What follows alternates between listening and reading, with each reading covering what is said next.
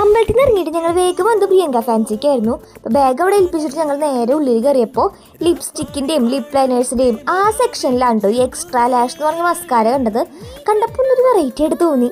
അപ്പോൾ ഇത് പുതിയ സ്റ്റോക്കാന്ന് തോന്നുന്നുണ്ട്. അപ്പോൾ കണ്ടപ്പോൾ നല്ല ഭംഗിയായ കാര്യം എടുത്തതാട്ടോ ഫോട്ടോ. അപ്പോൾ അത് കഴിഞ്ഞിട്ട് ഓരോന്നിങ്ങനെ നോക്കി നോക്കി വരുമായിരുന്നു ഞങ്ങൾ. അപ്പോഴാണ് കേട്ടോ ഷീറ്റ് മാസ്ക് കണ്ടത്.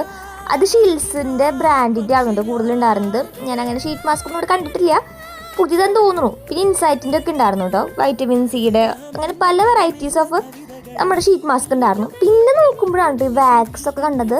ഇതൊന്നും ഇവിടെ മുമ്പ് ഉണ്ടായിരുന്നില്ല എന്ന് തോന്നുന്നുണ്ട് കേട്ടോ. പിന്നെ നോ സ്ട്രിപ്പും എല്ലാതും ഉണ്ട് ഇവിടെ. പിന്നെ ഞങ്ങൾ നെയിൽ പോളിഷിൻ്റെ സെക്ഷനിലേക്കാണ് പോയത്. എന്തൊരു ഭംഗിയെന്നറിയോ കാണാനായിട്ട്.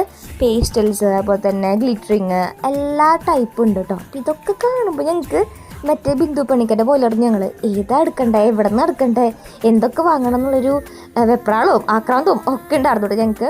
പിന്നെ ബ്രേസ്ലെറ്റിൻ്റെ അടുത്തേക്ക് പോയപ്പോഴാണ് ഈ ചാംസൊക്കെ കണ്ടത്. നമ്മൾ നല്ല പേസ്റ്റൽ കളേഴ്സിലൊക്കെ ഇപ്പോൾ കുറച്ച് ട്രെൻഡിങ് അല്ലേ ഇത്. അപ്പോൾ അതൊക്കെ ഉണ്ട് കേട്ടോ ഇവിടെ. ഇവിടെ വന്നാൽ ഒരു പ്രത്യേകത എന്ന് പറഞ്ഞു കഴിഞ്ഞാൽ അത്യാവശ്യം വിലക്കുറവിൽ കിട്ടും. ഭയങ്കര വിലക്കുറവെന്നല്ല, ചില സംഭവങ്ങൾക്കൊക്കെ വില കുറവുണ്ട്.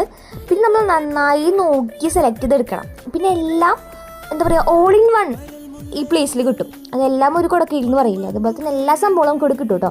കമ്മലിൻ്റെ ഒന്നും എനിക്ക് വലിയ സെലക്ഷൻ ഇവിടെ തോന്നിയില്ല, വലിയ വെറൈറ്റീസ് ഒന്നും ഞാനിവിടെ കണ്ടില്ല കേട്ടോ. ആകെ കണ്ടത് മറ്റേ താമരയുടെ ഇതുള്ള കമ്മലിൻ്റെ ഉള്ളിൽ ഒരു സരസ്വതി പോലെ ഇരിക്കുന്നുണ്ട്. പിന്നെ നേരെ നെക്ലസിൻ്റെ സെക്ഷനൊക്കെ കണ്ടപ്പോൾ കുഴപ്പമൊന്നും ഉണ്ടായിരുന്നില്ല. അധികം വെറൈറ്റീസ് എന്ന് പറയാനില്ല, എന്നാലും അത്യാവശ്യം ഉണ്ടായിരുന്നു കേട്ടോ. പിന്നെ എനിക്കിവിടെ ക്യാച്ചി ആയിട്ട് തോന്നിയൊരു സംഭവം എന്ന് പറഞ്ഞു കഴിഞ്ഞാൽ ചോക്കേഴ്സ് ഉണ്ടായിരുന്നു. അത് വെറും 115 രൂപയ്ക്ക് നല്ല ഭംഗിയുള്ള ചോക്കേഴ്സ് ലൈറ്റ് വെയിറ്റ് ആയിട്ട് കൊടുക്കുന്നുണ്ടായിരുന്നേ.